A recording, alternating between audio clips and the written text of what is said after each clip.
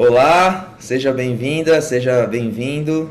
É um prazer tê-los aqui conosco e tê-las aqui conosco. Hoje a gente vai conversar com o meu amigo professor, doutorando, professor mestre e agora doutorando Lucas Léo. O professor Lucas, ele tem o canal no Instagram, a Pedagogia do Esporte. A gente vai falar um pouquinho sobre o canal.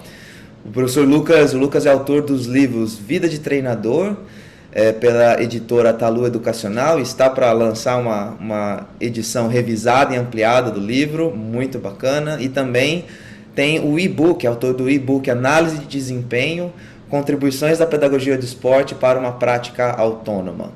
O Lucas é graduado em Educação Física, bacharelado e licenciatura pela Universidade Estadual de Campinas, a Unicamp. Também é mestre em Educação Física e doutorando em Educação Física pela Unicamp também. É pesquisador do Laboratório de Estudos em Pedagogia do Esporte da Unicamp. As especialidades dele são Pedagogia do Jogo, Pedagogia do Esporte, Esporte para Jovens, Moral e Ética do Treinador e Ensino do Handball. E, também importante, ele é pai do Matheus e é casado com a minha amiga e colega de faculdade, a doutora Tatiana Carrimbu, que é docente da Faculdade de Educação Física e Dança da Universidade Federal de Goiás. O Lucas, quem o conhece, sabe que ele está muito envolvido com o handball, mas lá na juventude, o início da carreira atlética dele tem muito de voleibol como atleta e os primeiros passos como treinador. Lucas, seja muito bem-vindo ao nosso canal. É muito legal ter você aqui conosco, no primeiro convidado da nossa série de entrevistas. E vamos falar um pouquinho primeiro sobre o seu canal Pedagogia do Esporte. Como que surgiu essa iniciativa e qual é o conteúdo do canal? Seja bem-vindo, professor. Beleza, Peterson, muito obrigado pelo convite. Uma honra participar desse projeto que tem tudo para ser referência e principalmente uma honra em ser o primeiro convidado. Eu acho que isso para mim é muito significativo. Para quem está aí vendo a gente, o Peterson e eu, né, a gente foi contemporâneo de faculdade, contemporâneo de equipe de vôlei da faculdade, e aí a vida foi caminhando cada um para um lugar, né, Peterson? Hoje eu tô, como ele falou, eu acabo me envolvendo com o handball, mas eu tenho como o esporte do coração o vôlei, e sempre que eu posso, seja nas aulas de faculdade, seja algum curso, falar de voleibol para mim sempre é um prazer enorme. Né? O canal, Peterson, Pedagogia do Esporte, ele é uma derivação, ele surge depois de eu ter militado por 12 anos com um canal chamado Pedagogia do Handball. E aí eu senti que, apesar de eu ter um público nucleado muito, muito bom, né? Pessoas do handball envolvidas com a prática, eu sentia que eu não conseguia atingir toda a potencialidade que eu queria. Então o ano passado, no finalzinho do ano passado, em 2020, né? Início de 2021, eu resolvo virar a chave e falar, quero falar de esporte de maneira geral, né? Porque antes de tudo, como você mesmo disse, né? A minha experiência profissional e até pessoal com o esporte, ela é multiesportiva, né? Então eu joguei futebol, joguei handball, joguei basquete, mas joguei para valer no sentido federativo voleibol, né? E como treinador, inicio no voleibol dentro da faculdade, lá da FEF, da Faculdade de Educação Física da Unicamp, e logo eu migro para o handball, trabalho como equipe de basquete, trabalho como equipe de futsal feminino. Então a minha base, fui também treinador, né, em 2 projetos de futebol de campo.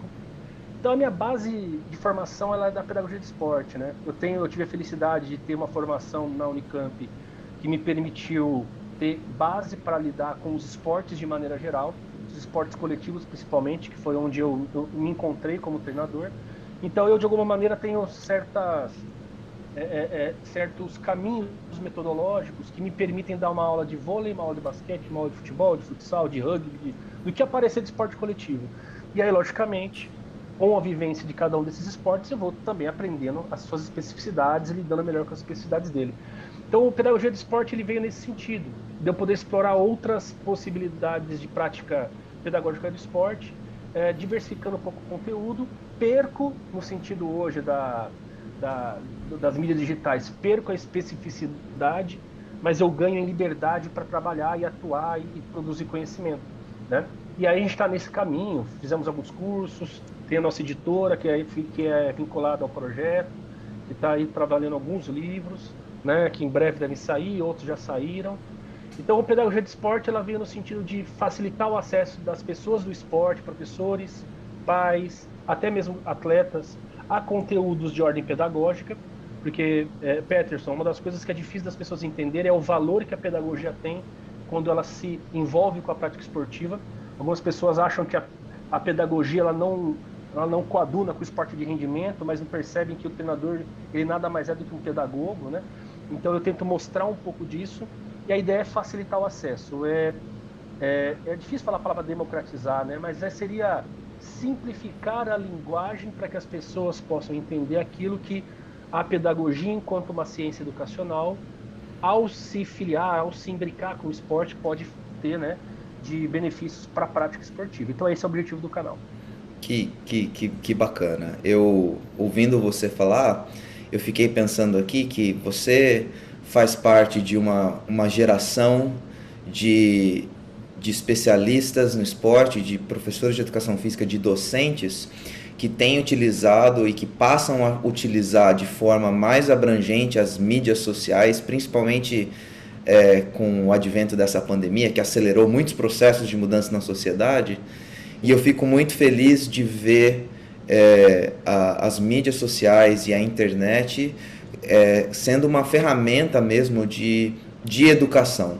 Né? Essa possibilidade é uma coisa muito bacana. E também ouvindo você falar sobre a sua trajetória e essa pluralidade na sua formação atlética e como treinador, muitas vezes você fala a palavra pedagogia, pedagogia, pedagogia, que é justamente o tema desse nosso encontro, né? E lembrando, né, do termo pedagogia, o termo pedagogo que surge na Grécia clássica, né, como pedagogos, era o preceptor, o mestre, o guia, que se referia ao escravo que conduzia a criança até o pedagogium para se aprender o grego, né? E também lá na própria República Romana, que também era o escravo que conduzia em Roma a criança e o jovem para aprender grego. Né? E aí eu queria fazer essa pergunta para você: como que a pedagogia, como a gente já conhece hoje, se insere no universo do esporte, do ensino do esporte, e qual que é a importância de se entender esses conceitos, principalmente relacionados com o termo criança, que é um conceito que surge muito depois do termo pedagogia, né? Muito lá no século XVII, século XVIII, o conceito de criança, que até então não existia. Né? E considerando esses dois pilares, pedagogia e como a gente entende o conceito de criança, né? Quais são esses pilares da pedagogia que a gente aplica no esporte? Legal você fazer esse resgate do conceito de criança no sentido de infância, ele ser um conceito moderno, né, que surge nesse âmago das revoluções que trazem a modernidade, né? Porque o conceito de infância associado à criança, ele é culturalmente construído, né? Mas o conceito de criança enquanto um ser que precisa aprender a cultura, ele é uma coisa muito mais antiga, né? Você acabou de falar, né? O termo pedagogia, inclusive esse início, né? Pedagogia, vem de paideia, né? Que vem também dessa coisa da liberdade infantil.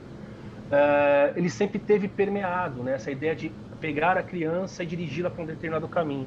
E é engraçado, né, Peterson, que o termo coach ele também tem o mesmo sentido, né? O coach, enquanto termo em inglês para treinador, nada mais é do que ou se origina daquela ideia da carruagem que leva alguém para um lugar, né? E aquilo acaba sendo associado ao termo a pessoa que pega alguém e leva a um determinado caminho, né? O coach nada mais é do que uma explicação moderna para esse mesmo sentido de pegar pela mão e guiar, né? Então, não dá para a gente desassociar pedagogia e treinamento. Eu acho que esse é um primeiro ponto que a gente precisa forjar nesse nosso bate-papo. Existe uma concepção de que pedagogia é coisa de criança. Não é. Apesar da origem ser essa, né? Alguns grandes mestres, como Paulo Freire, vem mostrar que a educação de adultos ela é necessária, né? Então, o processo pedagógico que passa pela organização dos processos, né? Ou seja, pela intencionalidade daquele que é o professor em trazer para um grupo de pessoas determinados conteúdos e objetos educacionais, né, objetos de estudo, ela permeia todas as faixas etárias e todos os contextos culturais, né? Por que seria diferente com o esporte? Mas aí você fala uma coisa fundamental, né? O conceito de infância ele é moderno e o conceito de esporte também é moderno. Só que o esporte surge como um jogo do adulto, do burguês adulto, né? Ele não foi pensado para a criança. Só que a criança, cara, ela tem uma característica que ela é dela, né? Muitos autores, não no sentido natural, né? De a criança nasce para isso, mas no sentido de uma construção que a criança ela se transforma em um ser social por meio do que o Piaget, vamos usar um autor que eu gosto, né, que eu tem como base para muitas coisas que eu faço, o conceito de deformação da realidade. Então a criança deforma o esporte do adulto e transforma no jogo dela.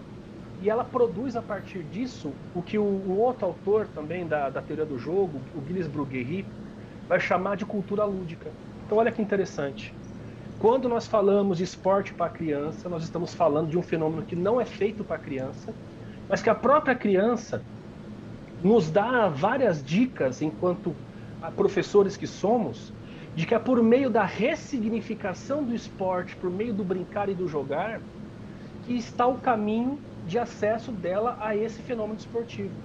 Então, a pedagogia do esporte, quando eu penso em infância, agora sim pensando em infância, ela precisa entender que os processos devem ser construídos de maneira que haja uma significação possível da criança para aquele objeto, né? Criança não joga o esporte do adulto, criança não joga o esporte. A criança ela joga um jogo derivado do esporte oriundo das deformações da realidade que ela propõe. Dentro de uma perspectiva socioconstrutivista, né, pensando um outro autor, né, o Vygotsky, isso vai mostrando que a criança é produtora de cultura. Ela vai produzindo e vai se transformando em sujeito cultural, em sujeito social, a partir dessa capacidade que ela tem de ressignificar o mundo que está ao redor dela. Então, Peterson, quando eu penso em pedagogia do esporte, associada à iniciação esportiva, que é o meu foco de pesquisa, de atuação, né? Eu, apesar de ter trabalhado com esporte de adultos, com esporte de final de especialização, eu sempre tive muito prazer em trabalhar com aquele que nunca jogou, com aquele que nunca viu um esporte. Do voleibol eu vou para o handebol, né, na minha vida profissional, e o handebol é um esporte muito pouco conhecido, apesar de ser muito praticado no Brasil. Ele não é bem praticado, né? E eu costumo dizer que a coisa mais prazerosa que eu sinto é quando eu apresento a bola para a criança e a criança fala assim, professor, o que eu faço com essa bola? Então mostra que ela precisa aprender algo sobre aquilo. E eu, enquanto detentor de um conhecimento prévio, tenho que entender, não basta eu apenas propor aquilo que eu quero, eu tenho que propor o que eu quero, levando em consideração aquilo que a criança pode, porque ela não é capaz de jogar o jogo que eu quero dar para ela, o esporte que eu quero oferecer para ela. Eu preciso fazer com que o meu esporte vire jogo e, a partir do jogo, haja um processo de significação na relação com a criança. E aí, Peterson, já vou dando algumas dicas de como é que eu penso o processo de iniciação esportiva em qualquer esporte, e no voleibol isso é um grande desafio, porque eu penso a partir da ideia de que o jogo é um elemento básico do processo de ensino-aprendizagem da criança, porque se a criança me mostra culturalmente, socialmente, que é por meio da brincadeira que ela assimila a realidade, é por meio do jogar e do deformar o mundo real, que ela se coloca nesse mundo, por que eu, na minha posição de professor ou treinador, acho que sei mais do que ela me mostra para ensinar a ela, né? Então eu preciso entender como é que a criança entende o mundo para poder ensinar para ela o esporte. Então o jogo é o caminho que eu busco seguir, é o caminho que eu busco ter como a linha condutora do meu trabalho, e entendendo que coach ou pedagogo sempre há uma conotação de dar a mão para essa criança e e mostrando caminhos e questionando ela sobre esse caminho que a gente vai criando e construindo junto, né? Então é aí, cara, eu não consigo pensar de maneira nenhuma, nem mesmo um treinador de alto rendimento, como alguém que não esteja lá fazendo esse mesmo processo. A diferença é quando eu estou no rendimento esportivo, as pessoas que jogam comigo jogam aquele esporte, entendem aquele esporte, os códigos daquele esporte, e eu posso me especializar profundamente naquele esporte. Mas de alguma maneira, quando eu no voleibol, né? Faço uma mudança de estrutura da minha rede para o bloqueio. Vamos jogar com um bloqueio com a rede mais fechada, liberando as pontas, pensando no jogo mais centralizado. Ou vamos abrir a nossa rede, fazer a base para que o meio possa fazer um bloqueio e ter uma boa base bem colocada lá no jogador da saída. Tudo isso é uma construção feita a partir desse dar a mão e encaminhar o atleta para possibilidades, mas eu acredito também o atleta pode ser parte da construção desse processo. Muito, muito, muito interessante, né? Quando você fala primeiro do termo coach, né? E eu aqui nos Estados Unidos, Uhum. isso é muito, muito evidente quando, por exemplo, você vai viajar de trem e cada vagão é um coach, né? Uhum. Então é literalmente um lugar em que você está e que se sai do ponto A para o ponto B. E que essa mudança de lugar no espaço ela pode ser feita de várias formas, né? E Uhum. aí também você fala da deformação do esporte como um conceito que surgiu, né? Um termo, um fenômeno que surgiu na modernidade para o adulto e que a criança o deforma para se moldar à sua realidade, né? Ao seu mundo, né? E me lembro que quando a gente está na faculdade, a gente pensa na pedagogia, não só na pedagogia do esporte, mas e aí depois nessa transição para o treinamento esportivo, a questão do planejamento. E na contemporaneidade, a gente me parece que quando a gente fala de planejamento para o ensino do esporte, que quase sempre ou muitas vezes o ponto A é esse esporte modificado para a realidade da criança e que ao longo dos anos nós como treinadores e professores a gente quer sair desse ponto A para chegar no fenômeno do esporte para o adulto, né? Uhum. E daí Benjamin Franklin, atribui-se essa frase ao Benjamin Franklin, que diz que não planeje, você estará planejando falhar, né? Na Exato. contemporaneidade, a gente pensando desse esporte deformado do mundo da criança até chegar no esporte do adulto, nos formatos do adulto, que é aquele Uhum. esporte competitivo de alto rendimento, a gente Uhum. precisa ter certos parâmetros e certos pilares que vão nos ajudar com esse planejamento. Eu tenho duas perguntas. A primeira é, é necessário de fato que ao se planejar esse caminho que se saia de um esporte, de um desporto deformado para a realidade da criança, é sempre necessário se chegar ao esporte no formato do adulto? Porque, por exemplo, a gente vê muitas vezes, vamos usar de novo o exemplo do voleibol. Quando você joga um voleibol na grama, 3 contra 3 e 4 contra 4, esse não é o esporte, apesar de haver competições de esporte na Sim. grama, 3 contra 3, 4 contra 4, não é o voleibol clássico, né? Então eu posso sair desse esporte deformado e ressignificado, né? Não deformado, mas ressignificado no mundo da criança e chegar num outro lugar que não necessariamente é o esporte competitivo de alto nível tradicional clássico. Então a primeira pergunta é essa: qual é a necessidade e de que forma o contexto social e cultural que se está inserido me pressiona para chegar ou não ao esporte clássico de alto rendimento? E a segunda pergunta é justamente no caso do objetivo final ser o esporte clássico de alto rendimento, quais os pilares no sentido do planejamento, né? Quais são É. os conteúdos, né, que eu preciso me embasar para planejar chegar desse esporte ressignificado do Legal. mundo da criança para o esporte de alto rendimento? Tá, essa segunda pergunta ela é muito difícil de responder, né? Não vou iniciar por ela, mas eu vou chegar nela, tá? A partir da Uhum, primeira. Peterson, é, existe.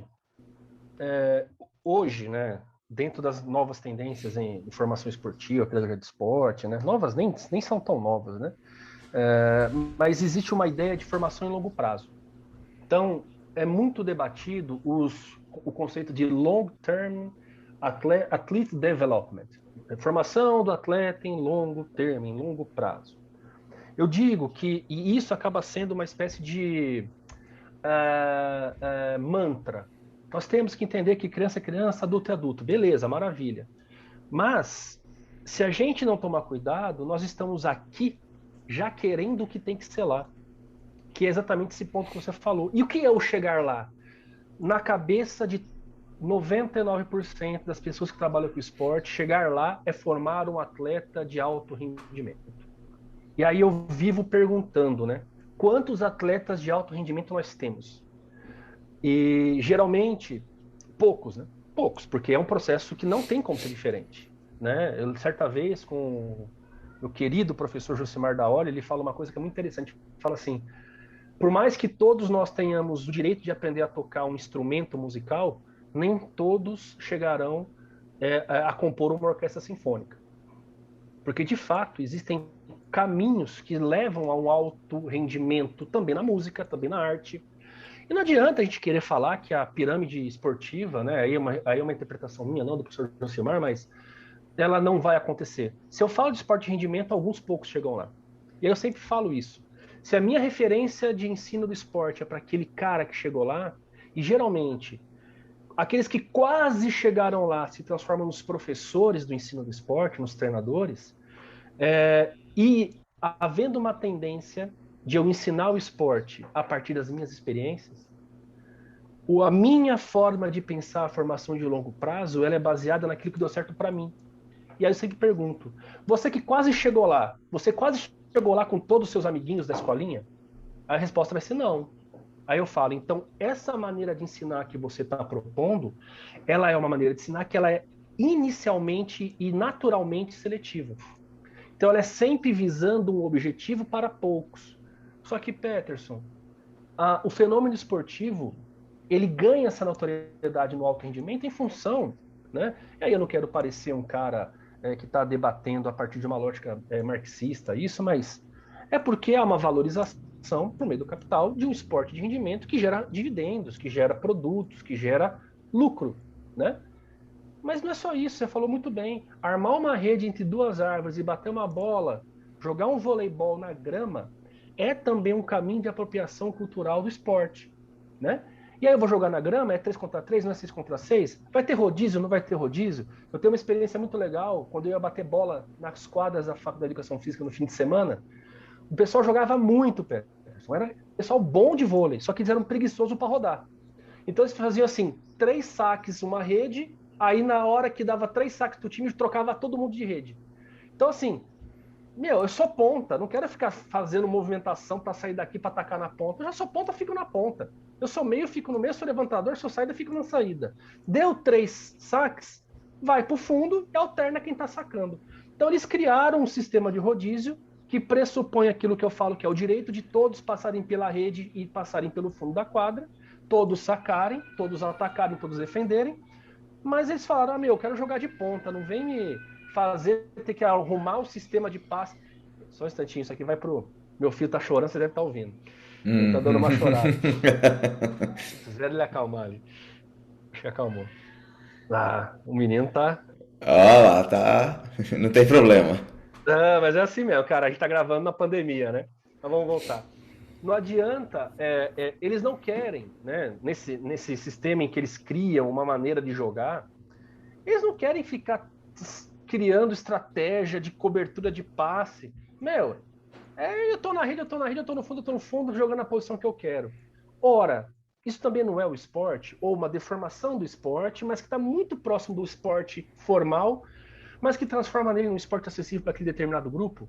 Eu demorei um tempão para entender isso. A hora que eu entendi, eu falei: beleza, eu tô jogando de saída, eu fico só na saída de rede. Vou jogar na saída, eu sou levantador, eu só jogo aqui na posição, entre a posição 3 e 2 ali, tô feliz da vida. E assim que a gente jogava lá. Então, mas nada impede de haver aquele grupo que vai bater sua bola e faça o sistema de rodízio, jogue com um líbero, jogue com os especialistas nas posições, fazendo os rodízios, com troca de meio que sai, o líbero que entra. Nada impede, nada impede. Isso mostra que a ideia da formação em longo prazo ela não deve estar no sentido do rendimento esportivo, e aí eu acho que eu vou chegando na segunda pergunta, mas no sentido de que os códigos do esporte sejam apropriados pelas pessoas que jogam esporte, mas de maneira que elas entendam que elas também podem por meio dos acordos, modificar esses códigos se elas acharem que é conveniente no espaço de prática deles, né? Isso é uma formação que eu falo que é uma formação libertadora, indo aí lá no Paulo Freire. É quando a pessoa que joga é capaz de entender o esporte de altíssimo rendimento, entender que ele pode jogar desse jeito, que ele pode querer, que ele pode desejar chegar lá. Não sei se vai chegar, mas a minha visão como professor é falar para ele, independentemente do cenário competitivo ou de rendimento que você esteja, você vai conhecer os códigos, como manipular esses códigos, como seguir esses códigos para jogar o seu voleibol onde e quando você tiver a oportunidade de jogar.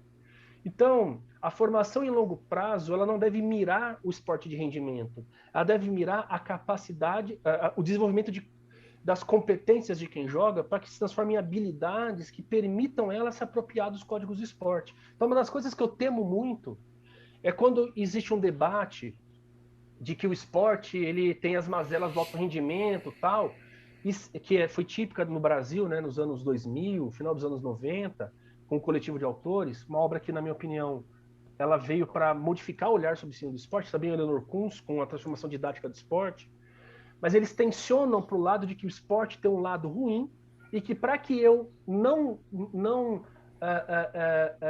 fomente esse lado ruim do rendimento que gera lesão, que gera objetificação da pessoa pelo meio do capital, eu desconstruo tanto o esporte que daqui a pouco a criança sai da aula e nem sabe que esporte estava praticando, né?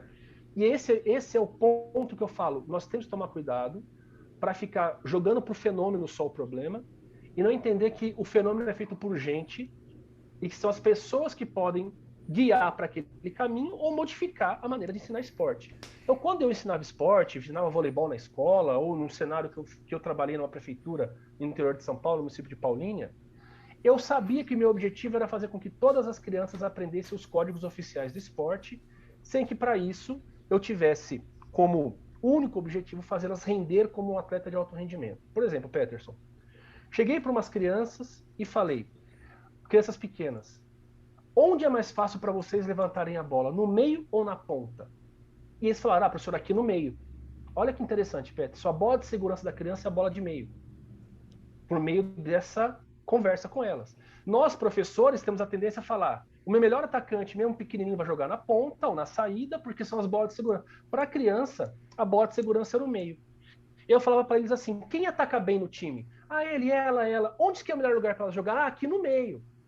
E aí eu fui construindo com aquelas crianças daquele município um jogo totalmente diferente, em que elas entendiam a lógica básica do jogo, os melhores atacantes, que tem que ficar na posição em que eu, enquanto levantador, tenho mais facilidade de pôr a bola.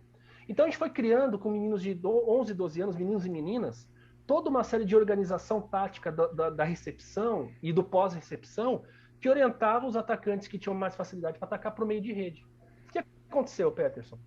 Quando eu ia jogar competição, e aí eu tive a oportunidade de competir contra algumas equipes que tinham projetos também muito legais, como o da Ípica, com o Léo, com a Cássia, eu acho que você também teve ali, né, se eu não me engano. Eu ia jogar essas competições pedagógicas, tudo rolava bem. Quando eu coloquei aquele time para jogar liga, eu recebia, o árbitro apitava erro de rodízio do meu time toda vez. E aí qual que era a conclusão? Os árbitros, são os maiores entendedores do código do jogo, só entendem o código a partir da leitura do alto rendimento. Eles não entendiam que a minha equipe compunha uma maneira de jogar em que tudo era orientado para o centro de quadra. Porque as meninas tinham menos força na mão, levantava a bola no meio e vinha alguém atacava do meio com mais frequência no meu time do que as bolas de ponta.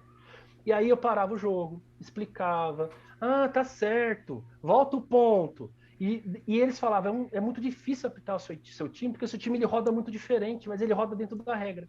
Eu falei, os atletas que eu estou formando entendem os códigos do jogo, independentemente da organização tática que predomina no esporte. né? Uma vez, Petros, eu tive um time com 4 canhotos. O que eu fiz? Eu joguei meu levantador para levantar da posição 4, Uhum. 4,5, e não da posição. Pronto. Os caras da Liga Campineira apitavam eu de rodízio do meu time toda vez. Eu falava, não, meu time levanta com o levantador virado para saída. Porque eu tenho 4 canhoto, 2 meio canhoto, 2 ponta canhoto. O destro vai jogar na saída, que é a entrada de rede, e mudou meu time. O seu rodízio Ah, era a seu posicionamento na quadra era invertido. ele era É como se fosse um espelhado. espelho. Ele era espelhado. E demorou muito para entender. Mas o meu processo com aquela equipe da ciência da computação foi fazer com que eles entendessem os códigos do jogo para entender aquele sistema de rodízio. Foi uma quebração de cabeça para os meninos, porque eles eram formados no voleibol. E aí, Uhum. quando eles entenderam, eu lembro que um deles falou assim, Lucas, eu acho que eu nunca entendi sistema de rodízio. E agora eu estou entendendo. E aí, a partir daquilo, eu falei, eles entendem o código do esporte. Independentemente da manifestação que eu queira dar para eles, se é de rendimento, se não é, se é rendimento universitário, se é iniciação esportiva, as pessoas têm que entender como que o esporte funciona. Peterson, não tem nada pior do que você tá vendo um jogo de vôlei e as pessoas não terem a percepção de que há um jogo sem bola para a reorganização da rede de ataque, que faz com que as pessoas não entendam o quão bonito é o jogo. Então, o meu papel quando ensino voleibol é ensinar as pessoas a entender aquilo que nem sempre é percebido e serem capazes de, se quiserem, modificar dentro dos limites da regra do jogo. Então, Peterson, qual que é o objetivo em longo prazo? Como é que eu miro lá no alto rendimento? Eu miro formando um atleta que, se o treinador quiser jogar com 2 saídas de rede, um ponta e um levantador jogando na região 4,5, esse atleta vai falar, beleza, põe a gente na quadra que eu sei como é que eu vou me posicionar. Eu olho se eu estou na frente do meu correspondente, se eu estou na diagonal, se eu estou com os meus 3 aqui atrás, estou passando, está tudo certo. E isso, Peterson, é formar em longo prazo. Aí essa criança vai jogar 3 contra 3 na grama, rodando, se ela quiser, com um levantador. Peterson, eu consegui fazer um trabalhinho com uma criançada de 4º ano, em que eles foram entendendo essa lógica, e chegou um dia que eles foram jogar vôlei, era um câmbio adaptado, lógico, né? Que eu tinha que, como eu falei, né, transformar o jogo num jogo possível. Eles começaram a especializar. Tinha uma menininha que falava assim, eu gosto de levantar. Ela fazia infiltração, sem eu nunca ter falado de infiltração na vida. Ó, na hora do saque me protege. Opa, olha o que eu tô ouvindo. Sacou, segurou, ela corria para a rede e recebia a bola.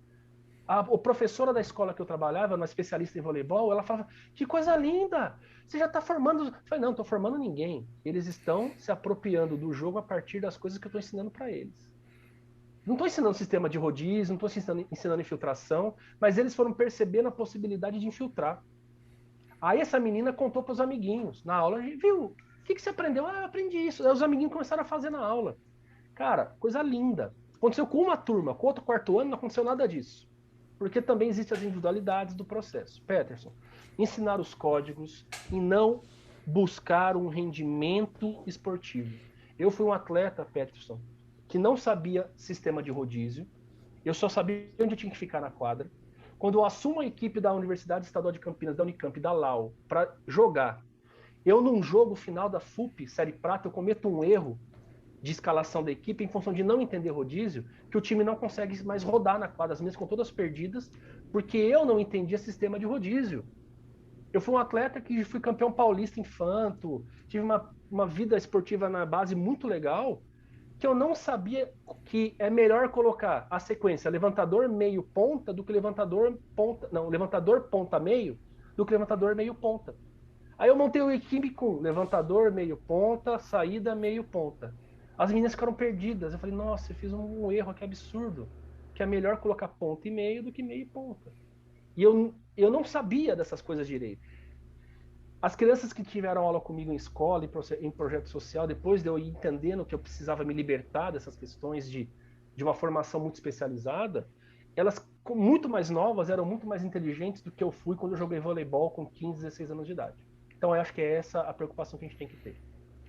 Quando, quando você fala dessa iniciativa do professor para uma prática que não é paradigmática, vamos dizer assim, e que liberta e expande os limites para a compreensão do jogo para além das formações táticas tradicionais que formam, de certa forma, atletas mas pessoas inteligentes que não só conhecem, mas como se apropriam do jogo e de suas características, me faz lembrar a nossa seleção campeã olímpica pela primeira vez em 92. 92, exatamente. Que tinha uma formação completamente diferente daquilo que era tido como tradicional no mundo do voleibol. Exatamente. Né? O Aqueles Carlão atacava a atletas. ponta, atacava a meia, atacava a saída.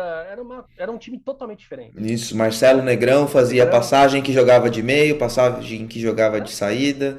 Era incrível. Então, a gente pode sim extrapolar, não, sim, não extrapolar, mas reconhecer essa prática no esporte de mais alto rendimento que a gente pode conhecer. Não é uma prática, como você disse no começo, que se aplica somente para a criança. É uma prática que, se desenvolvida de uma maneira a proporcionar a quem pratica o desenvolvimento da inteligência do jogo, que ela pode se traduzir e pode ser reconhecida nos mais variados níveis, Exatamente. nas mais variadas idades, em quaisquer aspectos, quaisquer cenários. Né? Mas de E certa Peterson, forma, desculpa, só te não, cortando. tranquilo. Numa oportunidade futura, se a gente tiver, eu tenho. A gente está falando, né? Mas como é que Hum, faz? Cara, esses caderninhos aqui, eu adoro esses caderninhos. Eles são as minhas aulas de vôlei de 2007 e 2008, que eu dava nessa prefeitura municipal de Paulínia. E eu, quando se a gente tiver uma nova oportunidade de falar dos comos, a gente vai falando dos comos. Ó. Tem todas as aulinhas aqui, ó. Como é que eu fazia para ensinar determinada coisa? E aí a gente pode trabalhar os comos. O que eu vamos. quero, o que eu quero mostrar, o que eu quero deixar claro para quem estiver vendo esse nosso bate-papo, é que não é uma série de ideias malucas. É pensar a criança, por exemplo, vou dar um exemplo, tá? Para não me alongar muito. Rodízio. Qual que é a ideia do rodízio? Qual que é o princípio basilar do rodízio? Que todos tenham a oportunidade de passar pela rede, jogar pelo fundo e sacar. O voleibol tem essa característica. Criança pequena não sabe disso. Então, ao invés de eu ensinar rodízio, por que eu não ensino o princípio? Criançada, a tarefa de hoje é criem uma forma, está no meu caderninho, criem uma maneira de organizar o time para que todos saquem e todos tenham a chance de atacar. Essa era a pergunta do dia na minha aula de iniciação ao voleibol. E aí cada time criava um jeito diferente. E todos os jeitos eram válidos para aquela aula. A hora que eu falasse de rodízio, eles iam entender o princípio. E aí não é só uma coisa difícil. Eu vou para onde? Aquela famosa, para onde que eu vou? Que fica aquela criançada que a gente faz seta no chão, aquelas coisas malucas. Desenha o reloginho, aqui, posição 1, posição 2, posição 3, posição 4. Que é invertido, né? Da ordem que roda ao contrário dos números que estão lá. Vira uma bagunça. A criança, ela não precisa decorar.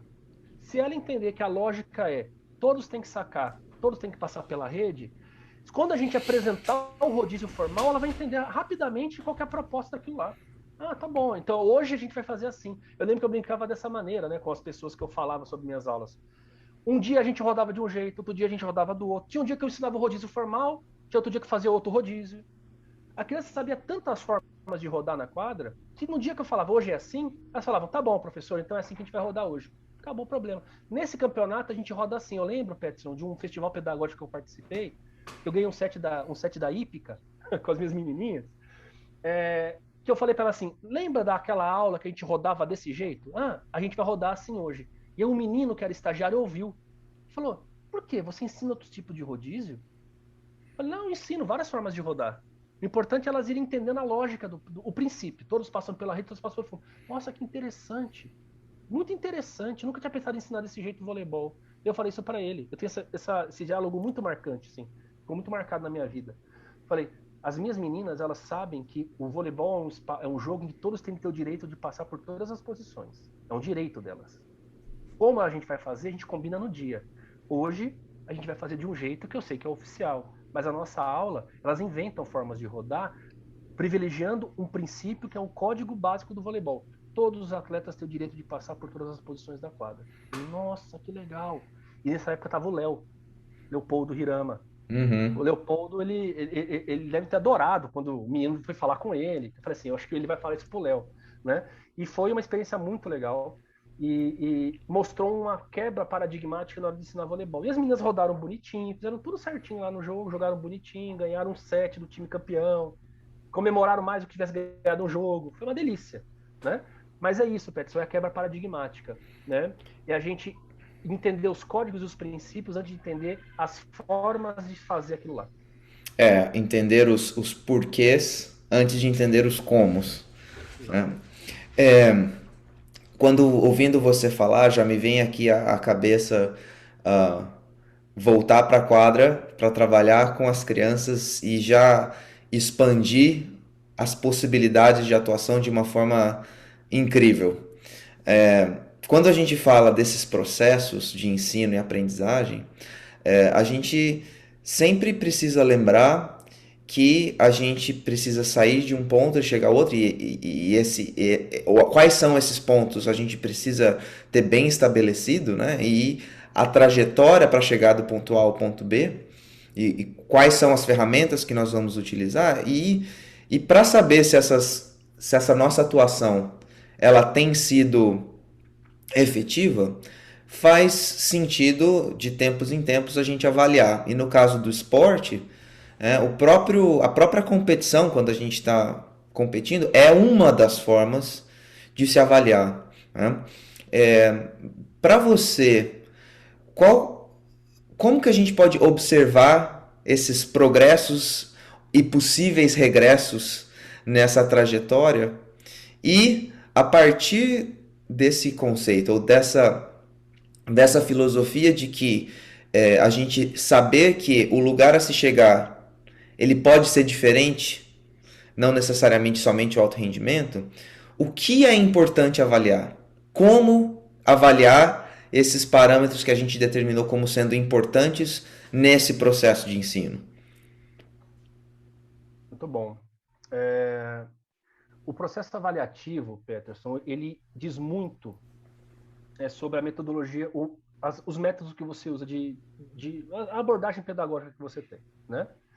Então, se eu tenho uma abordagem pedagógica que é sustentada em progressões muito bem definidas, às vezes até tradicionais, eu faço primeiro isso, isso, isso, isso, eu avalio se a pessoa, depois de determinado momento, adquiriu tais habilidades.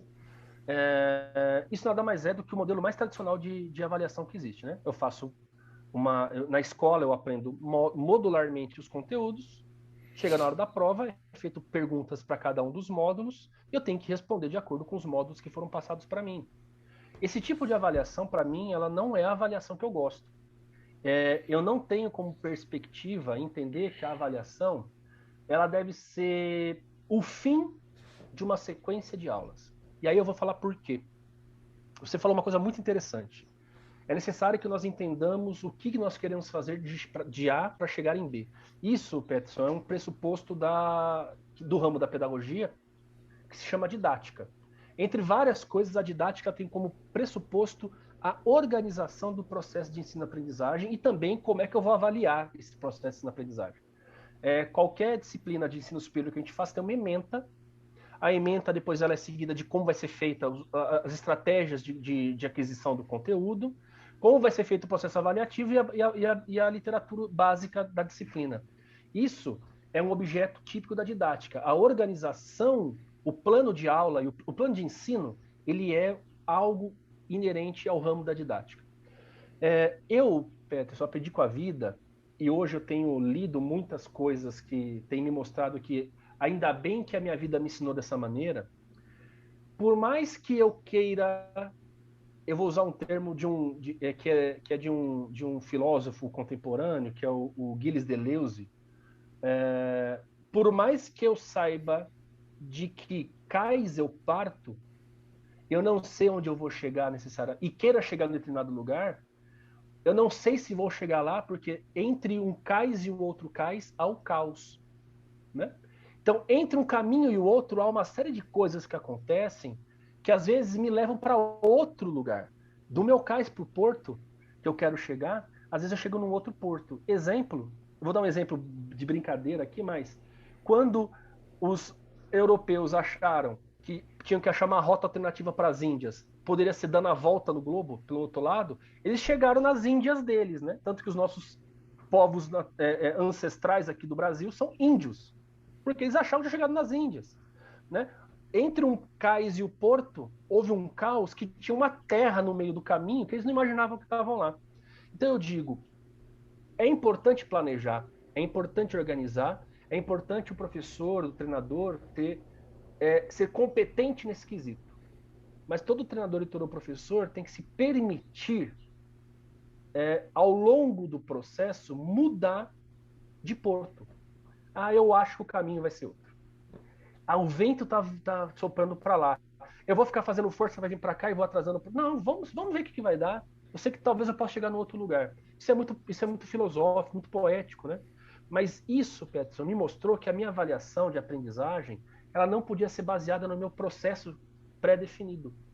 Então eu não posso imaginar que as crianças serão dóceis o suficiente para seguirem todo o meu processo de aprendizado e aprender como eu quero, para que eu avalie ela e ela mostre para mim tudo aquilo que ela quer, tudo aquilo que eu queria que ela ensinasse. De novo, entre os meus desejos e as minhas aplicações, há também as condições, as possibilidades, os desejos e interesses de quem está comigo. Por isso que, de novo, o jogo é importante como ambiente de aprendizagem, porque de alguma maneira eu facilito, eu crio uma possibilidade de que aquilo que eu oferte seja desejável, interessante e potencial para a aprendizagem da criança. Não é fazer o que ela quer, tudo o que ela quer. Senão a gente entra numa perspectiva também de que o professor está lá só para animar o processo de aula, de treino. Não, eu também tenho objetivos com ela, mas nem todos eu vou atingir. Então a avaliação, eu costumo dizer que ele é um processo de autoavaliação antes de tudo, de reconhecendo que os caminhos que você pretende nem sempre serão os caminhos a serem atingidos. E aí o exemplo é, um quarto ano aprendeu a fazer infiltração sem eu querer isso, eu não queria aquilo. Aprendeu. Um outro quarto ano não aprendeu. Esse quarto ano aprendeu mais que o outro? Não. Esse quarto ano aprendeu diferente do outro quarto ano. O outro quarto ano, Peterson, o quarto ano do professor, era a professora Flávia, lembro muito bem, né, que é um professor de referência, ele aprendeu muito mais próximo do processo que eu imaginei. Só que o outro quarto ano do professor Pedro, que era um professor que tinha uma característica muito mais, enquanto professor, ele era muito diferente para dar aula. Até naquela época eu era muito turrão e achava que ele deixava a criançada muito solta. Mas, na verdade, era uma criançada que tinha mais capacidade de criação. Eles chegaram num outro aprendizado que, para mim, foi muito mais interessante do que o aprendizado que eu queria. Só que eu nunca imaginei que aquilo era possível. Peterson, como é que eu avalio isso? Eu avalio, então, que essa aula foi um fracasso, mas era a aula que eu queria que as crianças fizessem. Aquela outra aula foi muito melhor, mas não era nada daquilo que eu queria. Ou eu avalio que aquela criança é transgressora e passou do que eu queria, aquela aula deu errado, mas elas chegaram num ponto muito mais interessante do que eu queria. Olha como é confuso esse processo. Então, primeira coisa, se autoavaliar. Como é que eu posso fazer, então, para que a minha aula garanta que o outro quarto ano chegue em conhecimentos que o outro quarto ano chegou, né? Às vezes mais evoluídos do que eu imaginava para aquele momento. Eu fui capaz de entender. Será que eu subestimei a turma? Será que eu superestimei a turma? Será que realmente nunca aquele outro quarto ano vai aprender o que o quarto ano do professor Pedro aprendeu? Autoavaliação. Depois, Peterson, eu acho que a avaliação ela vai se dar muito em função de um processo de uma sensibilidade do professor entender aquilo que ele quer e aquilo que foi possível, né? Então eu tenho conteúdos. Quais são os conteúdos? Eu queria ensinar rodízio, domínio do saque, queria ensinar o que eu chamava de complexos. Hoje, eu não sei como é que o voleibol chama, mas eu sei que o voleibol usa o conceito de side-out. Saque, passe e levantamento, né? Eu chamava de complexo 1, saque, passe. Complexo 2, passe e levantamento. Complexo 1 mais 2, saque, passe e levantamento. Então, a criança conseguiu dominar os complexos 1, 2 e 3, que eram o que eu tinha de objetivo, sacar, passar, levantar, atacar. Como é que eles estão nesse aspecto? Então, eu acho que isso é interessante a gente avaliar, né? Avaliar não, ter conhecimento dos conteúdos que você quer que aprenda. Aí você falou da competição. Geralmente na competição a gente vai fazer isso, né? Nossa, isso aqui eles não aprenderam ainda. Porque parece que na competição, por ser para valer, né? A gente acaba olhando de uma maneira mais avaliativa. Mas se eu uso o recurso do jogo na minha aula, eu tenho o elemento da jogabilidade, o jogável, essa mobilidade do jogo também na minha aula. Eu já posso na minha aula perceber se aprende ou se não se aprendeu aquilo que eu queria. Mas, Peterson, não é porque não aprendeu que eu vou falar que foi um fracasso o processo de aprendizagem. Eu posso falar, eu preciso rever as minhas estratégias de ensino, eu preciso rever o que eu fiz, eu preciso rever se aquela turma eu subestimei ou superestimei e traçar novos objetivos. Eu acho que esse é o papel do processo de aprendizagem. E eu costumava fazer, Peterson, avaliações bastante qualitativas da minha aula. Por exemplo, olha lá, caderninho. Avaliação da aula 3 do treino 3 tá aqui, ó. Opa, aqui, ó. Avaliação do treino 3. Ótima dinâmica, porém não viram significado na atividade. Opa, eu tenho que reavaliar a minha forma de ensinar. Fiz uma variação, defesa mais ataque de segunda. Então eu queria fazer os 3 toques. Eles não conseguiram fazer direito, estava muito difícil. Falei, então levanta e ataca, não tem problema. Né? Deixei livre para ver a dinâmica básica da movimentação da criançada. Não entravam para defender, ficando apenas ou ficando parados ou no fundo ou na frente. Verifiquei isso no jogo de manchetes. Explicação de definição de regiões de atuação defensiva. Verifiquei que conheciam a defesa com pivô e com formato de quadrado. Relembrei que existe defesa com pivô sem o formato de quadrado. Relembrei que trabalhamos o formato em quadrado. Então, a minha avaliação era assim. Final de cada aula eu fazia anotações gerais e às vezes algumas anotações específicas. Eu tenho várias anotações aqui do tipo: hoje fulaninha conseguiu acertar a manchete. As coisas simples. E aquilo para mim era muito relevante, porque às vezes era uma criança que não conseguia dar uma manchete no saque-passe. Ela conseguiu. Eu lembro, Peterson, que recentemente encontrei uma aluna de escola que eu dava treino de handball. Vou fazer um paralelo com o handball, mas eu acho que as pessoas vão entender. E ela me cumprimentou, emocionada. Nossa, professor, que saudade de você, tal. Você foi o professor que eu mais gostei na minha vida. Eu falei, nossa, que legal. Chama Júlia. Júlia, por quê? Né? Lucas, você sabia que eu tinha ficado quase um ano inteiro sem conseguir marcar um gol? Porque eu lembro que o dia que eu marquei um gol, você comemorou tanto comigo aquele gol. Eu lembro que você me falou, depois do primeiro, todos entram. E, Lucas, eu fiquei pensando no final daquela hora, no ensino médio. Como é que ele sabia que eu nunca tinha feito um gol na aula dele? Por quê, Peterson? Porque aquilo vai me chamando a atenção e eu registrava. A Júlia quase fez o gol dela hoje, nos caderninhos. O dia que ela fez o gol, eu sabia que a Júlia nunca tinha feito um gol na aula. Não foi um ano, foi menos tempo. E ela falou, Lucas, aquilo me marcou tanto, que mostrou para mim que você se preocupava comigo na aula. Então, às vezes, Peterson, a avaliação ela é feita de uma maneira menos formalizada, mais qualitativa e tem sempre, no meu caso, um teor de autoavaliação. Uma coisa do tipo, eu preciso mudar a estratégia, a criançada não entendeu o sentido da atividade. Então, esse processo avaliativo ele também tem que passar muito pelo professor avaliando se aquilo que ele está oferecendo está adequado ou não está e buscando estratégias.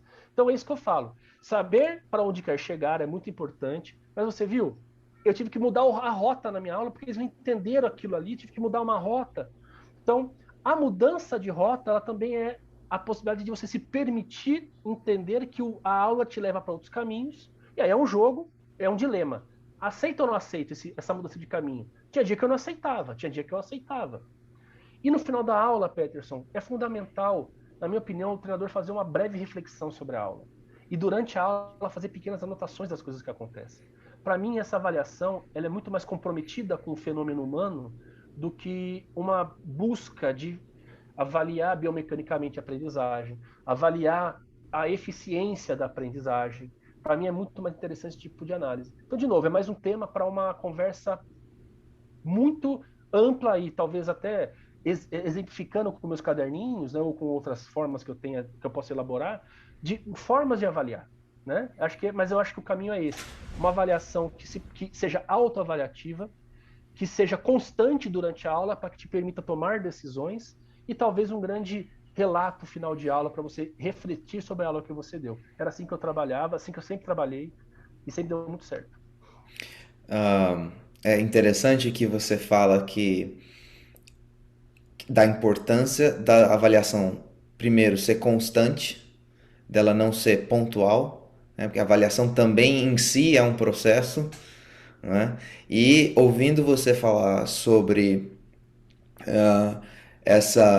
esse cuidado em se observar, como a dinâmica do processo de ensino-aprendizagem acontece no dia a dia, parece que a avaliação ela se desloca no sentido de eu não avalio tanto o aluno, eu não avalio tanto a pessoa e o rendimento daquele aluno ou daquele atleta e foco muito mais na avaliação do processo, do método que vem sendo utilizado e nesse sentido essa avaliação acaba se tornando uma autoavaliação, porque quem propõe o processo, quem propõe o método, quem escolhe o método e quem aplica o método é o professor, é o treinador, é o coach.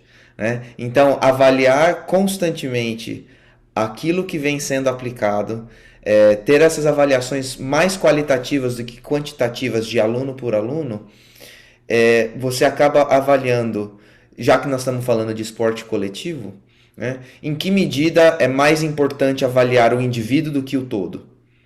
Né? E num esporte como o voleibol, e aí eu já vou encaminhando para a minha próxima e penúltima pergunta, que é um esporte coletivo em que dificilmente um atleta, um jogador vai fazer a diferença, diferente de outros esportes coletivos, e aí você, com mais propriedade que eu, trabalhando em um esporte que você tem a retenção da bola, e a gente está discutindo um esporte em que não há retenção da bola, né?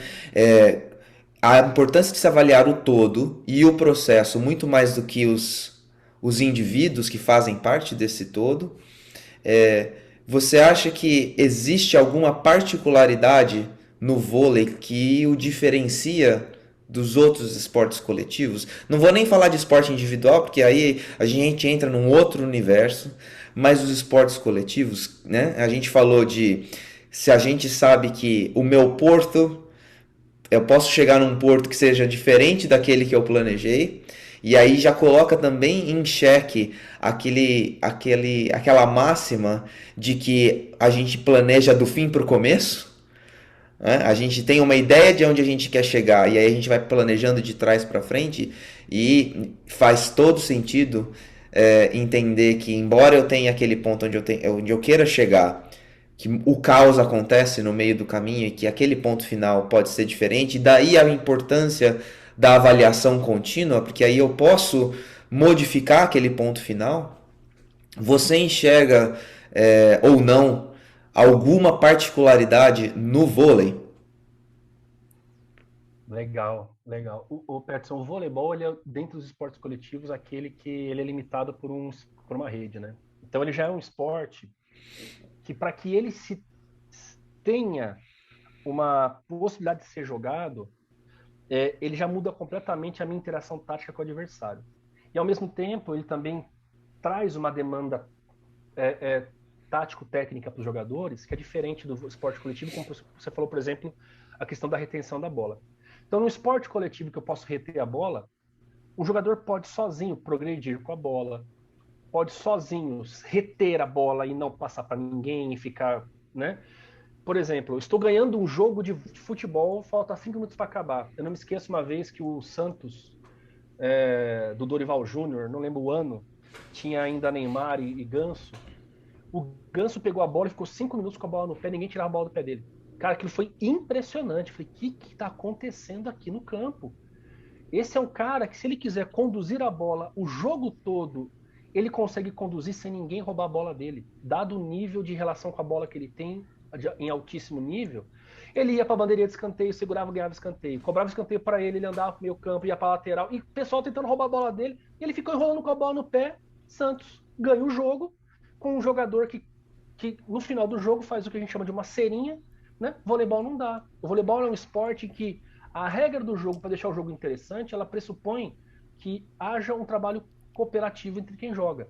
Então eu posso, e eu sempre digo isso, né? E eu ensinava isso, viu, Peterson? Eu falava, ninguém é obrigado a dar 3 toques. Eu lembro que uma vez eu ganhei um set de um time contra uma equipe universitária, que eu falava isso para as meninas, olha, é legal dar os 3 toques, mas elas não são obrigadas. No meio do jogo, uma menina percebeu que o outro time, quando sacava, não voltava para a quadra. Ela pegou e devolveu a bola de manchete de primeira na posição 1, e a bola caiu. Pum. Aí eu olhei para ela, ela olhou para mim e falei, continua, se você acha que vai dar certo. E aí pedimos um tempo técnico e tal, ela fez mais um ponto, mais um outro ponto, e a menina voltou e pegou a bola. Beleza, tempo técnico, não sei qual situação. As minhas, professor, Luca, treinador, né? A gente pode fazer isso? O jogo todo? Eu falei, pode, ué, por que não? E aí a gente ganhou o jogo, não foi o set, a gente foi até a final das Olimpíadas da Unicamp com as meninas fazendo isso. Todo mundo me odiava. Isso é antijogo. Eu falava, gente, não fui eu que falei para elas fazerem, mano. Se a sua menina saca e não volta, é porque há alguma coisa no seu trabalho também que você precisa rever. Meu, todo mundo sabia que as meninas faziam isso. Quando elas iam jogar contra, o outro time estava tão acostumado a sacar e ficar olhando que os 3 toques acontecerem, que a gente ia fazendo uma série de pontos, não era toda vez, né? Mas aí às vezes a menina sacava, aí ela lembrava e voltava, aí ela pegava nela e era ponto nosso. Mas apesar de haver essa possibilidade, e eu acho que isso é um outro ponto também que diferencia o voleibol dos outros esportes, há uma obrigatoriedade de que eu não posso jogar sozinho o tempo todo, eu devo jogar com alguém, e ele é um esporte que te obriga o tempo todo a atingir o objetivo do esporte. Então não dá para eu ficar segurando a bola, dando toquinho no meu time. Eu sou obrigado a tentar marcar o ponto o tempo todo, né? E é interessante isso porque, sabe, Peterson, marcar um ponto, tentar marcar um ponto, é uma atitude de ousadia de um jogador de esporte coletivo. Porque quando eu tento marcar um ponto, eu tenho um risco complementar a ele. Eu perco a posse de bola, eu posso, a partir daquele momento, dar a bola para o adversário. Eu tento chutar para o gol, a bola vai para fora, tiro de meta do adversário. Eu tento fazer um ponto e vou para fora, corto para fora, ponto do adversário. Eu tento uma largadinha e da defesa. A bola é deles agora.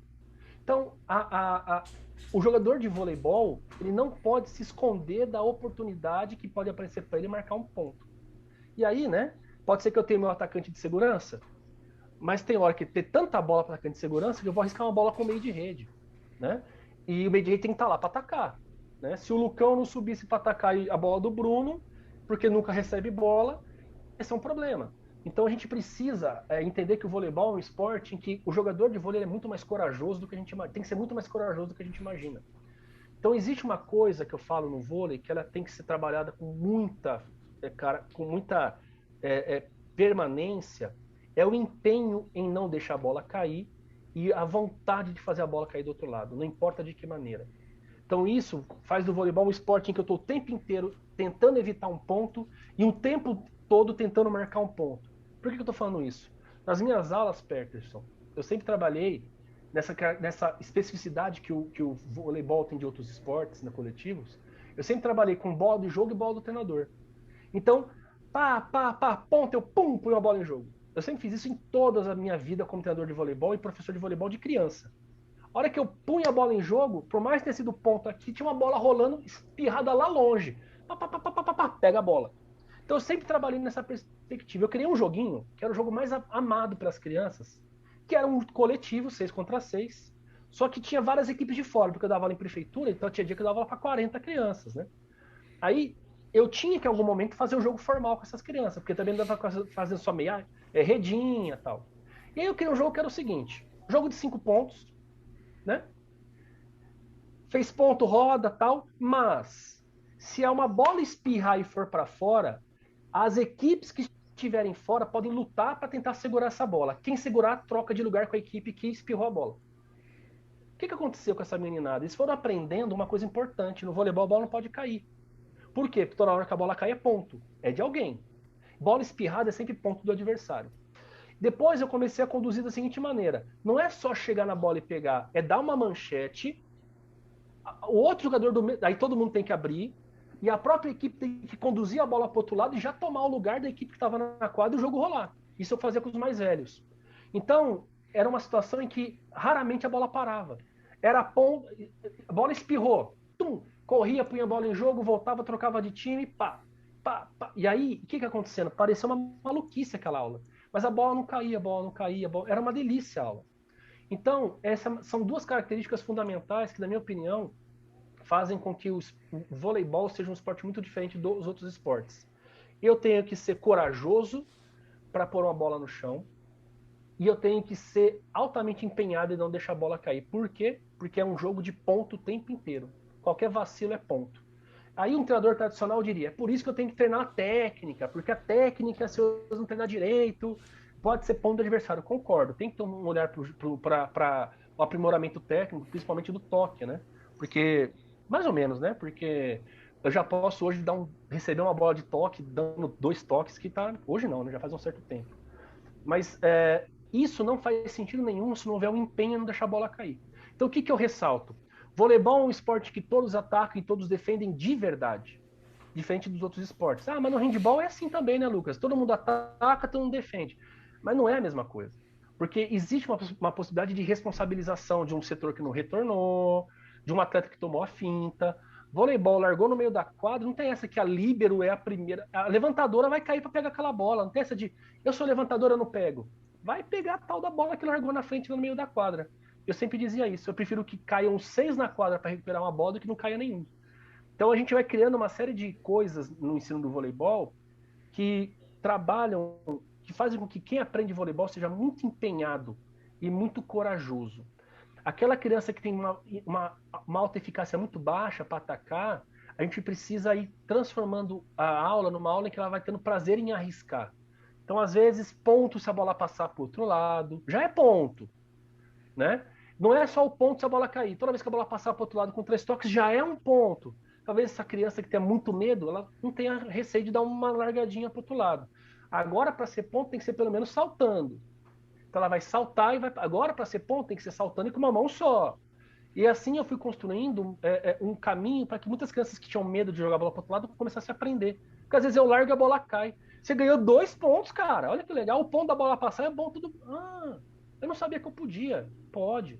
Então, voleibol é isso. É um jogo que você tem que. Não dá para se esconder, Peterson. Então, não tem como a criança se esconder na quadra. Ele é um jogo muito revelador. Então, ele é um jogo que você precisa ir direcionando a aprendizagem para que a criança seja muito forte mentalmente para quando a bola cai, quando é ponto do outro time, quando erra um ataque, porque foi ela que errou. Errar um ataque no voleibol é diferente de errar um chute no futebol, errar uma cesta no basquete, né? Então eu acho que são características que vão aí, Peterson, num paradoxo, né, ou numa aporia, num antagonismo. Por mais que a minha avaliação ela tenda a ser sempre uma avaliação muito geral da aula, eu nunca deixei de também ter as anotações parciais das crianças que eu achava que precisavam ser avaliadas. Chegou um momento que eu fui percebendo que eu tinha de alguma maneira escolher 3 ou 4 crianças no dia para fazer observações específicas sobre ela. Então eu fazia análise da aula e se aquela criança que eu observei tivesse alguma observação, algum ponto que eu achava que era interessante, eu anotava sobre ela. Se não, não, né? E essa coisa do empenho e essa coisa da exposição que o voleibol gera muito, era uma coisa que eu sempre anotei muito. Fulano é muito tímida, tem muito medo e fica muito chateada quando erra. E eu tenho que criar alguma maneira dela errar e doer menos e quando ela acertar ser mais interessante. E aí eu ia trabalhando também esse nível do indivíduo dentro da aula, tá? O voleibol, apesar de coletivo, ele é muito centrado nas individualidades, no sentido da exposição do erro e na exposição do acerto.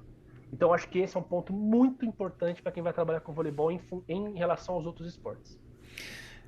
Interessante que quando você fala dessa avaliação de 3, 4 atletas em cada aula, eu tenho essa mesma experiência dando treino aqui e sempre quando a gente abre os olhos para essa questão, para além da técnica, para além do rendimento, o que mais me salta aos olhos ao final de cada treino sempre é, primeiro, aqueles ou aquelas atletas que estavam num dia excelente em termos emocionais e psicológicos e mentais, aqueles atletas que estavam um dia não tão bom. Isso é sempre no final de cada treino o que salta aos olhos, porque no voleibol os aspectos cognitivos e mentais eles se mostram no contato com a bola, ou no não contato com a bola, no se movimentar ou no não se movimentar na quadra, no se comunicar ou não se comunicar na quadra. É um esporte em que a maneira como você se sente, o seu estresse, ele se traduz naquilo que é observável. né? Então, e a partir disso, acho que hoje as minhas avaliações, principalmente naqueles atletas que não estão num dia bom, sempre vai depois no sentido de tentar conversar, né? Às vezes, e muitas vezes, o treino ou a aula é a melhor parte do dia deles, e só de se mostrar interessado em questões que podem ir para além da quadra, já no outro dia a gente tem uma aula, um treino completamente diferente, porque olha, o professor se preocupou comigo, ele percebeu que algo estava errado, ou ele percebeu que Concordo com você. algo para além, né, do esporte, daquelas 2 horas, 1 hora e meia que seja, influenciou na minha maneira de atuar na quadra. Muito, muito, muito legal essa atuação, essa sua fala. E por último, Lucas, a gente, nessa nossa conversa hoje, a gente trouxe, acredito que para muitos de nós, professores, treinadores de voleibol, foi uma conversa que expandiu os horizontes, a gente pelo menos colocou os limites do nosso pensar e da nossa atuação mais distantes ou mais distantes daquilo que a gente considera como básico, né? Ou aquilo que a gente considera como tradicional. A gente começa a pensar em outros paradigmas, quebrar paradigmas, estabelecer outras maneiras de raciocinar. E eu queria perguntar para você no final, né, por fim, quais são as possíveis indicações de leitura que você tem para os nossos espectadores, que você acha que poderiam ser aí faróis, né, que possam incentivar aos professores e aos treinadores a buscar esse conhecimento que a gente começou de uma forma bastante inicial a conversar hoje. Legal, Peterson. Eu separei um livro que eu acho que é um livro. Eu não sei se ele é fácil de encontrar hoje. Esse livro aqui, opa, Pedagogia do Esporte, tá? Focada no contexto competitivo. Ele foi escrito, foi organizado pelo professor Hiller Reverdito, Alcides Scaglia e Paulo César Montagner, tá? Opa, aqui. O nome inteiro do livro é Pedagogia do Esporte, Aspectos Conceituais da Competição e Estudos Aplicados. Eu tenho um capítulo escrito para a professora Tatiane, aqui, focado no handball, né? Quem escreveu já estava mergulhado no handball, em que a gente apresenta algumas implicações práticas de como pensar competições que não sejam sustentadas no processo de iniciação esportiva, né? Eu sou apaixonado por competição enquanto ambiente de aprendizagem, adoro discorrer sobre isso. Então, muitos falam assim, então você é um pedagogo, você é contra. Eu falei, não, eu sou super a favor da competição. Só que eu olho para a competição e penso, nós temos que entendê-la não só como você traz muito bem, um processo avaliativo, mas também como um processo de aula. Eu falo, a competição é mais um momento de aprendizagem. E olha que a aprendizagem é legal, porque eu jogo contra quem eu não conheço, e eu não conheço seus vícios, suas manias, seus jeitos de jogar, né? E quando a iniciação é muito mais inconstante ou imprevisível ainda a relação com o outro, porque o outro está aprendendo também. Então, de um jogo para o outro, um time joga bem, um time joga mal, é muito interessante isso, né? E eu acho esse livro interessantíssimo, porque ele é um ponto de apoio muito legal para os professores em termos de literatura técnica da pedagogia do esporte, tá? Deixa eu ver se tem outro livro. Aí eu vou trazer mais um livro técnico, eu acho, para mim, fantástico. Ele está ambientado no judô, mas ele é de dois professores, mais uma vez o Paulo César Montagner, só que agora o Leopoldo Hirama, Pedagogia do Esporte e Valores, tá? Intervenções para a formação da personalidade moral. Então aqui vai trabalhar numa perspectiva não só técnico-tática, mas também na perspectiva de como que o esporte, enquanto ambiente da vida da criança, é também um ambiente que forma valores para a vida. E não no sentido de que o esporte tenha utilidade para isso, né? Aí eu faço com que o esporte ensine valores. Não. Vai ensinar valores pela prática do esporte. E é interessante porque muito dos valores do professor reverberam na percepção do valor da criança. Então, é interessante para o professor também reavaliar um pouco aquilo que ele valoriza enquanto esporte, né? Então, uma leitura legal, ele é fruto da tese de doutorado do Leopoldo, ele é disponível pela Apris Editora, então, no site da Apris, vocês encontram esse livro para comprar. Livraço, vale muito a pena. Agora, são dois textos, né? Ele é literário e técnico, que é o meu livro, Vida de Treinador, tá? É duro você indicar seu próprio livro, né?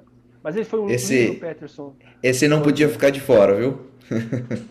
Ele é um livro que ele foi muito bem aceito pela comunidade de treinadores, assim, porque ele é um pouco que revelador, né? Eu conto as minhas histórias a partir de um personagem que é o Duda Bernardi. Essa é a capa de quando ele saiu pela primeiro lugar, a editora que eu primeiro publiquei esse livro. Agora ele vai sair pela minha editora, vai estar disponível na loja virtual, já está sendo feito pré-lançamento agora. Eu não sei quando é que esse vídeo vai ser visto pelas pessoas, né? Então vou dar a data agora em setembro, estou pré-lançando o livro. Em outubro de 2021, esse livro vai estar disponível para venda a partir de então, para quem tiver interessado no site da editora. Então é só colocar lá Talu Educacional, editora, no Google, que acha o site da editora, tá? E é um livro que ele é literário e técnico, então ele é uma transição, porque ele conta as minhas histórias e as histórias de mais algumas outras pessoas que eu coloco sobre a personagem Duda Bernardi, e no final do livro ele tem toda uma contextualização sobre como que a pedagogia do esporte pode ajudar a interpretar o que aconteceu na quadra e pode apontar caminhos para aquilo que aconteceu na quadra, né? E, gente, esse livro ele é muito legal porque, com certeza, uma das situações que, pelo menos uma situação que tem aqui, todo treinador passou na quadra. Porque ele é muito chão de quadra, esse livro, tá? Então ele é muito legal. São várias indicações, Peterson, desculpa.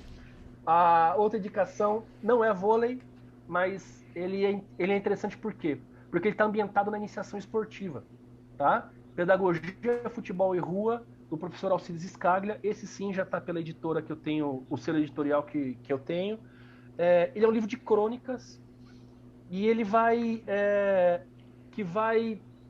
mostrar um pouco essa importância da autonomia da criança no processo de criação da sua aprendizagem. E vai mostrar como nós, professores, negamos muito aquilo que as crianças mostram para a gente, que pode ser um caminho importante de aprendizagem. Ele é fundamentado num conceito de pedagogia da rua, né? Pedagogia, futebol e rua. Tá? Então, ele é baseado na ideia de que lá na rua, a criançada se acerta, se organiza, também tem certas crueldades que a gente tem que olhar com certo cuidado, mas que pode nos ajudar demais a pensar as nossas aulas. E por fim, Peterson, um texto aí pensando mais a pedagogia em si, é um texto da professora Maria Amélia Franco. Nesse texto, nesse livro, chamado Pedagogia e Prática Docente, tá? Ele saiu pela editora Cortez. A Marília Amélia Franco, ela vai resumir uma série ela faz um resumo da vida, das obras de vários autores contemporâneos da área da educação. E um dos que eu sou encantado é o Philippe Mérieux, que é um francês, que ele fala uma coisa muito importante, Peterson, que eu acho que todo treinador que estiver vendo aqui a nosso bate-papo vai entender. E perpassou muito da minha fala. Nós queremos ensinar muitas coisas para as crianças, mas existem aquelas que resistem ao que a gente quer ensinar. Algumas resistem de maneira a mostrar desinteresse, outras resistem de maneira a questionar o que a gente está propondo, mas geralmente essa resistência está no olhar da criança. Ela já olha e fala assim, putz, isso eu não quero saber. Que coisa chata, isso não me interessa. E esse autor fala que é desse embate entre o desejo do professor, que representa uma ideia de universalidade da educação, né? O professor que traz conteúdo, o professor que escolhe conteúdo, o professor que define o que vai ser o objeto de aprendizagem. E a resistência da criança é que há uma abertura, que ele chama de momento pedagógico. Ele fala o seguinte: todo profissional da pedagogia deve estar sensível a entender que a resistência do outro é a sua chance de rever o que você está querendo ensinar. Sabe, Peterson, isso é muito importante. Hoje a aula vai ser joguinho formal, 6 contra 6 e a bola cai, a bola cai, a bola cai e você fica brigando. Mas eu ensinei passe para vocês ontem. Será que não é melhor voltar para 1 contra 1? Será que aquela resistência, aquela não jogo, não mostra pra gente que a gente tem que rever o que a gente está querendo ensinar, porque a criança está mostrando que aquilo não é para ser ensinado naquele momento? Essa resistência ou essa incapacidade de assimilar o conteúdo é a abertura para a nossa prática pedagógica virar pedagogia de verdade. Então, todo treinador, ele precisa entender que o plano de treino não pode ser seguido à risca. Nunca. Gente, Peterson, o dia que você seguir um plano de treino à risca, passo a passo, significa que você de alguma maneira não se conectou com o atleta que está na quadra.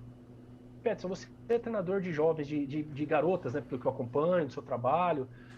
Que dia que você não teve que fazer pequenos ajustes na sua aula, no seu treino, para que a aula tivesse fluidez? Todo o dia dia. Que você não... O dia que você chega lá e faz tudo o que você quer, é o dia que você não se atentou para as existências do aluno que não está querendo fazer aquilo, por vários motivos. Querer ou não está podendo. Ou ele não pode, não sou capaz, ou ele não quer. Isso não me interessa. É nessa hora que a gente tem que sair do nosso salto e da nossa arrogância, pisar no chão de quadra, no caso, eu falo no chão de sala, pisar no chão da quadra e entrar em contato com esse atleta. Sabe, Peterson? Então é isso que o Felipe Merier, mas a Maria Amélia Franco, de maneira geral, ela traz nos seus debates, que eu acho que é importante. Então são esses livros. É uma porrada de livro. Não trouxe nenhum artigo científico. Eu acho que os artigos eles acabam sendo uma linguagem, às vezes, difícil para o treinador, porque ele é escrito de maneira difícil. Às vezes eu leio os artigos que eu mesmo escrevo e falo, isso aqui, esse artigo não é meu. Eu não escrevo desse jeito, mas eu tenho que escrever dentro de uma lógica acadêmica, né? E os livros, eles permitem uma certa flexibilidade. Então eu trouxe um livro técnico, um livro literário técnico, alguns livros de literatura e um livro de pedagogia, que eu acho que são aí bases importantes. E não preciso nem falar que eu, né, Peterson, Lucas, indico qualquer obra que você queira ler, qualquer uma do Paulo Freire, que eu acho que é sempre reveladora de várias contradições que a gente tem dentro da sala de aula, da quadra, no caso, e de alguma maneira edifica. Você pode não concordar 100% com o cara, mas de alguma maneira edifica. É muito interessante. Eu costumo dizer que toda vez que a gente tem indicação de livros, os livros eles sempre são feitos para atingir um público muito maior do que, né, uma quantidade de pessoas muito maior do que as publicações que são feitas dentro da academia, né? Talvez os livros eles sejam a ponta do iceberg que vão nos atrair, nos seduzir para talvez uma busca um pouco mais aprofundada, numa linguagem mais técnica. Então, indicação de livros acho que são sempre... indicações de livros são sempre muito, muito bem-vindas, principalmente para aqueles que viram na nossa conversa de hoje algo novo, ou algo para o qual não se havia parado para pensar. Então, achei muito, muito, muito interessante. Paulo Freire é uma máxima para qualquer professor, de qualquer área. Paulo Freire, eu costumo dizer assim, você não precisa ser religioso para ver na Bíblia uma literatura importante que modifica ou que construiu a cultura judaico-cristã, não só necessariamente dentro do aspecto religioso, mas na maneira como nós nos comportamos como sociedade, né? É uma leitura para quem gosta de estudar sociedade e cultura, é uma leitura do ponto de vista histórico e social muito importante. Você não precisa gostar ou não de Paulo Freire para saber que ele é uma leitura básica, uma leitura importante. Concordando ou discordando, é preciso se ler Paulo Freire, não é? Lucas, eu queria agradecer muito você disponibilizar o seu tempo para estar aqui conosco no A Base da Base. Queria já deixar aberto o convite para você voltar, para a gente poder conversar sobre outros assuntos ou sobre alguns dos assuntos que nós conversamos hoje de uma maneira mais pontual, mais aprofundada.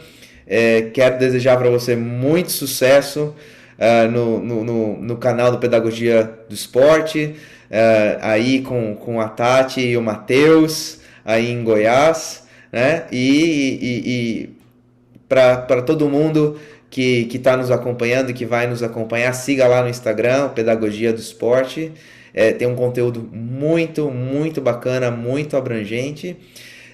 E queria pedir para você, né, que você se inscreva no nosso canal, dê um like, ative aí o sininho para que a gente possa modificar o algoritmo do YouTube para que o conteúdo possa atingir mais pessoas. Indique aí esse nosso encontro hoje. Nós vamos estar aqui uma vez por mês, trazendo convidados especializados na pedagogia do esporte, no esporte para as crianças, para os jovens atletas. E queria convidar vocês todos também para sempre estar aí conosco. Deem o seu feedback para nós nos comentários desse vídeo. E mais uma vez, Lucas, muito obrigado e vamos nos falando. Espero que a gente possa ter a oportunidade de nos encontrar novamente. É certeza que é só convidar e o convite vai estar sempre aceito. Eu acho que são coisas que remontam ao nosso tempo de faculdade, amizade, proximidade, né? Assim, apesar de a faculdade ser uma coisa muito viva, sempre admirei muito você, a sua trajetória e estou super à disposição. Chamou, saiba que a resposta é sim, é só a gente agendar. Eu estou aí e, de novo, parabéns pela iniciativa, espero que é uma iniciativa que já nasceu para dar certo. Espero que o YouTube e os algoritmos do YouTube ajudem, né, a partir das interações do público, para que isso vá chegando nas pessoas, possa ser um ponto de partida importante para repensar o que vocês trabalham com, uma parte que vocês trabalham aqui, né, que é a iniciação esportiva, pensando o iniciante. Eu acho que isso é fantástico, porque o esporte acaba sendo visto muito em função dos que já têm um certo tipo de chamam de predisposição, ou que chega já sabendo jogar alguma coisa, e pouco se fala daquele que tem que aprender o basiquinho, do zero, porque parece que isso é menos importante, né? Parece que naturalmente os talentos vão aparecer, mas a gente precisa oportunizar excelentes condições de aula para aqueles que estão começando na prática esportiva, para a gente poder ampliar as possibilidades de acesso deles. Então, parabéns pela iniciativa. Eu acho que vocês tocam num ponto crucial com esse projeto, e para um tipo de material que faz falta. Então, vocês estão de parabéns. Obrigado, Lucas, a todos vocês e a todas vocês. Até o nosso próximo encontro. Valeu. Tchau, tchau.